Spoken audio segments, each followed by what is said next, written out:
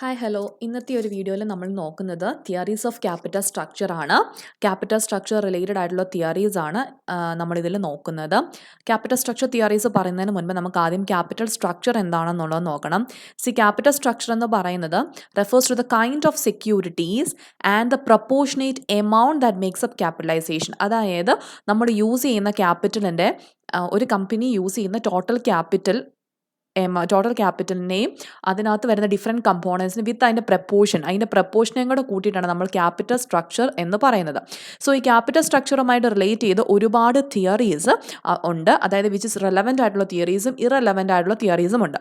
അതിന് നമുക്ക് capital structure തിയറീസിനെ പറ്റി പറയുകയാണെങ്കിൽ റെലവൻറ്റ് തിയറീസിനകത്ത് വരുന്നതാണ് നെറ്റ് ഇൻകം തിയറിയും ട്രഡീഷണൽ തിയറിയും. ഇറെലവൻറ്റ് തിയറിക്കകത്ത് വരുന്നതാണ് നെറ്റ് ഓപ്പറേറ്റിംഗ് ഇൻകം തിയറിയും അതുപോലെ തന്നെ മോഡിഗ്ലാനി ആൻഡ് മില്ലർ അപ്രോച്ച്, അതായത് തിയറി എന്ന് പറയുന്നത്. ദെൻ ഇത് നമുക്ക് നമ്മുടെ സിലബസ് പ്രകാരം നമുക്ക് നോക്കാനുള്ളതല്ല. മറ്റു തിയറീസാണ് the trade off theory and pecking order theory എന്ന് പറയുന്നത്. നമ്മൾ വരുന്ന വീഡിയോസിലൂടെ നമ്മൾ ഓരോ തിയറീസ് 1 by 1 ആയിട്ടായിരിക്കും നോക്കുന്നത്. ഇന്ന് നമ്മൾ നോക്കാൻ വേണ്ടി പോകുന്നത് നെറ്റ് ഇൻകം തിയറിയാണ്. നമ്മൾ ഈ ഒരു ഗ്രാഫിൽ കണ്ടതുപോലെ തന്നെ, ഈ ഒരു ചാർട്ടിൽ കണ്ടതുപോലെ തന്നെ ക്യാപിറ്റൽ സ്ട്രക്ചർ തിയറിക്കകത്തെ റെലവൻ്റ് ആയിട്ടുള്ള തിയറിയാണ്. റെലവൻറ്റ് തിയറിയുടെ അണ്ടറിൽ വരുന്നതാണ് നെറ്റ് ഇൻകം തിയറി എന്ന് പറയുന്നത്.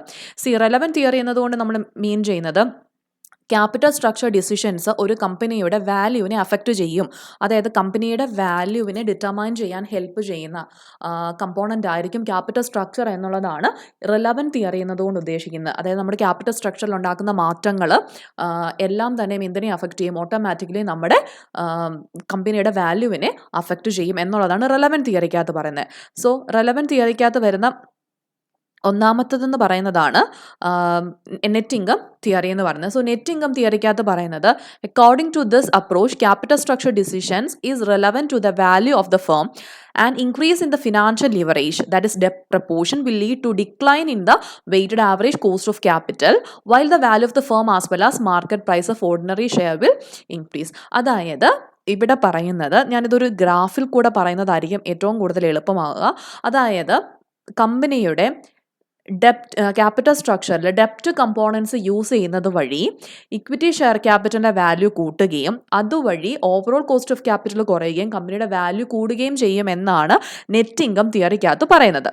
അതായത് അതിനകത്ത് കുറച്ച് അസംഷൻസ് പറയുന്നുണ്ട്. അതിനകത്ത് ഒന്നാമത്തെ അസംഷൻ എന്ന് പറയുന്നത് കോസ്റ്റ് ഓഫ് ഡെപ്റ്റ് എന്ന് പറയുന്ന കോസ്റ്റ് ഓഫ് ഇക്വിറ്റിനേക്കാളും കുറവായിരിക്കും. അതായത് ഡിവിഡൻഡ് ആയിട്ട് നമ്മൾ ഇക്വിറ്റി ഷെയർ ഹോൾഡേഴ്സിന് കൊടുക്കുന്ന എമൗണ്ടിനേക്കാൾ കുറവായിരിക്കും ഡെപ്റ്റിന് നമ്മൾ പേ ചെയ്യേണ്ട കോസ്റ്റ് ഓഫ് ഡെപ്റ്റ് എന്ന് പറയുന്നത്. നമ്മൾ കൊടുക്കേണ്ട ഇൻട്രസ്റ്റ് പേയ്മെൻറ്റ് എപ്പോഴും ചെറുതായിരിക്കും. പിന്നെ ഇവിടെ ടാക്സ് ഇല്ല എന്നുള്ളതാണ് മറ്റൊരു അസംഷൻ വരുന്നത്. മൂന്നാമത്തതാണ് വളരെ important, risk perception of investors not change by the use of ഡെപ്റ്റ്. അതായത് നോർമലി നമ്മൾ കമ്പനിയിൽ ഡെപ്റ്റ് ഇൻസ്ട്രുമെന്റ്സ് യൂസ് ചെയ്യുമ്പം ഇക്വിറ്റി ഷെയർ ഹോൾഡേഴ്സിന് റിസ്ക് പെർസെപ്ഷൻ കൂടുകയും അതുവരെ കൂടുതൽ ഡിവിഡൻഡ് എക്സ്പെക്ട് ചെയ്യുകയും ചെയ്യും. പക്ഷേ ഇവിടെ നമ്മുടെ അസംഷൻ എന്ന് പറയുന്നത് ഇവരുടെ റിസ്ക് പെർസെപ്ഷനിൽ മാറ്റം വരുന്നില്ല. കമ്പനി എത്രത്തോളം ഡെപ്റ്റ് ഇൻസ്ട്രുമെന്റ് യൂസ് ചെയ്താലും അതൊരിക്കലും കമ്പനിയുടെ ഷെയർ ഹോൾഡേഴ്സിൻ്റെ റിസ്ക് പെർസെപ്ഷൻ അല്ലെങ്കിൽ അത് അഫക്റ്റ് ചെയ്യുകയില്ല. അതായത് ഇക്വിറ്റി ഷെയർ ഹോൾഡേഴ്സ് കൂടുതൽ ഡിവിഡൻഡ് എക്സ്പെക്ട് ചെയ്യില്ല എന്നുള്ളതാണ് പറയുന്നത്. അത് വെച്ചിട്ടാണ് ഈ ഒരു തിയറി പോകുന്നത്. നമുക്ക് ഈ ഗ്രാഫ് നോക്കിയാൽ അറിയാം, കോസ്റ്റ് ഓഫ് ഡെപ്റ്റ് നമ്മൾ എത്രത്തോളം കോസ്റ്റ് ഓഫ് ഡെപ്റ്റ് ഉപയോഗിച്ചാലും, whatever be the cost of ഡെപ്റ്റ് നമ്മൾ ഉപയോഗിച്ചാലും കോസ്റ്റ് ഓഫ് ഇക്വിറ്റി എന്തായിരിക്കും? സെയിം ആയിരിക്കും. കാരണം അതൊരിക്കലും മാറുന്നില്ല. അവരുടെ റിസ്ക് പെർസെപ്ഷൻ മാറുന്നില്ല. അവർ ഒരിക്കലും കൂടുതൽ ഡിവിഡൻഡ് ഡിമാൻഡ് ചെയ്യുന്നില്ല. അത് കോൺസ്റ്റൻ്റ് ആയിട്ട് പോയിക്കൊണ്ടിരിക്കും. അതുകൊണ്ട് തന്നെ കോസ്റ്റ് ഓഫ് ഡെപ്റ്റ് യൂസ് ചെയ്യുന്നത് വഴി ആദ്യം തുടക്കത്തിൽ അല്ലെങ്കിൽ ഈ രണ്ട് കോസ്റ്റ് നമുക്ക് വരുന്നുണ്ട്. കമ്പനിക്ക് എന്ത് സംഭവിക്കുന്നു? ഓവറോൾ കോസ്റ്റ് ഓഫ് ക്യാപിറ്റൽ ആദ്യം ഉണ്ടാവുന്നുണ്ട്. പക്ഷേ ഈ കോസ്റ്റ് ഓഫ് ഡെപ്റ്റിൻ്റെ യൂസേജ് വഴി എന്ത് ചെയ്യുന്നു? കോസ്റ്റ് ഓഫ് ഇക്വിറ്റി കോൺസ്റ്റൻ്റ് ആയിട്ട് നിൽക്കുകയും ഓവറോൾ കോസ്റ്റ് ഓഫ് ക്യാപിറ്റൽ എന്ത് ചെയ്യും? ഡിക്ലൈൻ ചെയ്യുകയും ചെയ്യും. അതുകൊണ്ടാണ് KO എന്ന് പറയുന്ന ഗ്രാഫ് ഈ ഒരു ലൈൻ താഴോട്ട് പോകുന്നത്. അപ്പോൾ ഓവറോൾ കോസ്റ്റ് ഓഫ് ക്യാപിറ്റൽ കുറയുമ്പം ഓട്ടോമാറ്റിക്കലി എന്ത് സംഭവിക്കും? വാല്യൂ ഓഫ് ദ കമ്പനിയുടെ മാർക്കറ്റ് വാല്യൂ ഇൻക്രീസ് ചെയ്യും. നെറ്റ് എഫക്റ്റിൽ നെറ്റ് ഇൻകം തിയറിക്കകത്ത് പറയുന്ന ഇതാണ്, KD ആൻഡ് KE, അതായത് കോസ്റ്റ് ഓഫ് ഡെപ്റ്റും കോസ്റ്റ് ഓഫ് ഇക്വിറ്റിയും കോൺസ്റ്റൻ്റ് ആയിരിക്കും.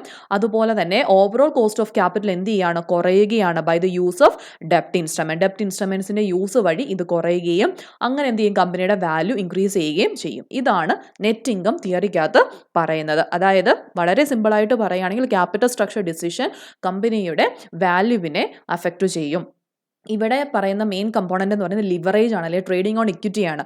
അതായത് ഡെപ്റ്റ് ഇൻസ്ട്രുമെൻറ്റ്സ് ടോട്ടൽ ക്യാപിറ്റൽ യൂസ് ചെയ്യുന്നത് വഴി ഇക്വിറ്റി ഷെയർ ഹോൾഡേഴ്സിൻ്റെ വാല്യൂ കൂട്ടുന്നത്. സോ നമ്മൾ വീണ്ടും കൂടുതൽ ഡെപ്റ്റ് ഇൻസ്ട്രുമെൻറ്റ്സ് യൂസ് ചെയ്യുമ്പോൾ എന്ത് സംഭവിക്കും? Overall cost of capital decline ചെയ്യുകയാണ്. കാരണം കോസ്റ്റ് ഓഫ് ഇക്വിറ്റി കോൺസ്റ്റൻ്റ് ആയിരിക്കും. അവർ കൂടുതൽ എന്ത് ചെയ്യുന്നില്ല, ഡിവിഡൻഡ് ഡിമാൻഡ് ചെയ്യുന്നില്ല. അതുകൊണ്ട് തന്നെ ഓവറോൾ കോസ്റ്റ് ഓഫ് ക്യാപിറ്റൽ എന്ത് ചെയ്യും? ഡിക്ലൈൻ ചെയ്യും. ഇതാണ് നെറ്റ് ഇൻകം തിയറിക്കകത്ത് പറയുന്നത്. ഇതിൻ്റെ ബേസിസിൽ ഇക്വേഷൻസ് വരുന്നുണ്ട്. V = S+D. V എന്ന് പറയുന്നത് വാല്യൂ ഓഫ് ദ ഫേം ആണ്. വാല്യൂ ഓഫ് ദ ഫേമിനെ അഫക്റ്റ് ചെയ്യുന്ന 2 ഫാക്ടേഴ്സ് ആണ്, ഒന്ന് എസും ഡിയും. എസ് എന്ന് പറയുന്നത് market value of equity shares ആണ്. Market value of equity shares എന്ന് പറയുന്നത് ഇക്വിറ്റി ഷെയർ ഹോൾഡേഴ്സിന് കിട്ടുന്ന പ്രോഫിറ്റ് ഡിവൈഡ് ബൈ KE ചെയ്യുമ്പോൾ നമുക്കത് കിട്ടും. ഡി എന്ന് പറയുന്നത് മാർക്കറ്റ് വാല്യൂ ഓഫ് ഡെപ്റ്റ് ആണ്, അതായത് എത്രത്തോളം ഡെപ്റ്റ് കമ്പനി യൂസ് ചെയ്യുന്നു എന്നുള്ളത്. Overall cost of capital equation വരുന്ന എബിറ്റ് ബൈ വി ആണ്. സോ ഈ ഒരു വീഡിയോ നിങ്ങൾക്ക് ക്ലിയർ ആയെന്ന് വിചാരിക്കുന്നു.